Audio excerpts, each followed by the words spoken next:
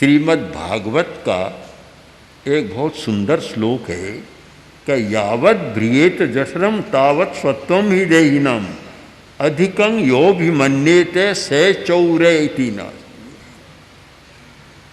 कि जितने से अपना पेट भरे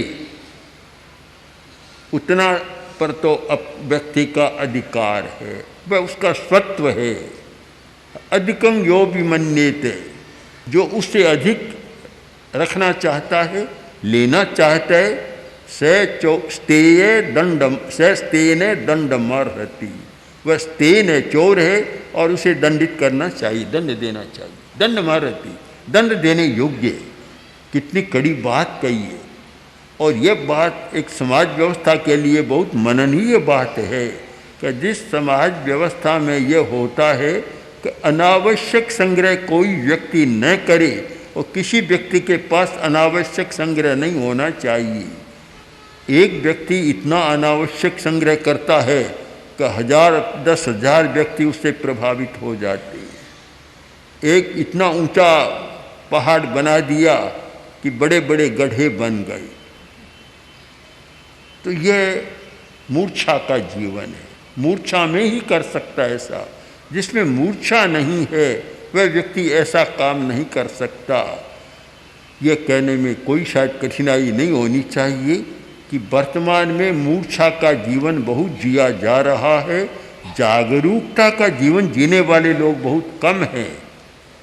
प्रेक्षा ध्यान, जीवन विज्ञान का उद्देश्य है जागरूक जीवन का निर्माण, जागरूक व्यक्तित्व का निर्माण, जिसमें जागरूकता हो, जागृति के साथ कोई काम करे।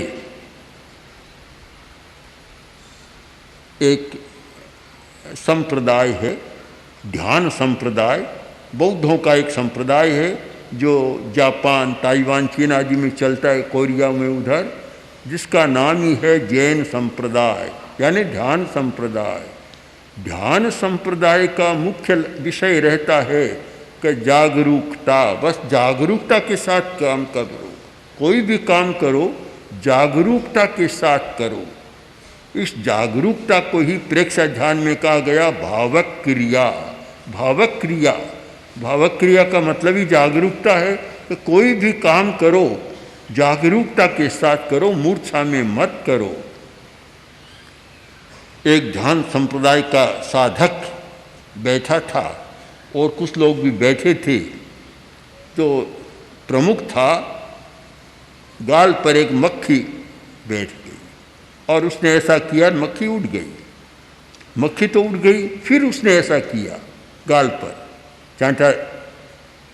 तो दूसरों ने पूछा कि मक्खी तो उड़ गई, फिर आपने ऐसा क्यों किया?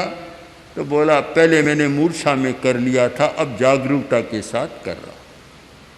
जागरूकता के साथ मक्खी को उड़ा रहा हूँ। जब जागरूकता पैदा हो जाए फिर कोई अनावश्यक काम नहीं करता, न अनावश्यक भोजन करता, न अनावश्यक बोलता, न अनावश्यक सोचता और न अनावश्यक कोई प्रवृत्ति करता।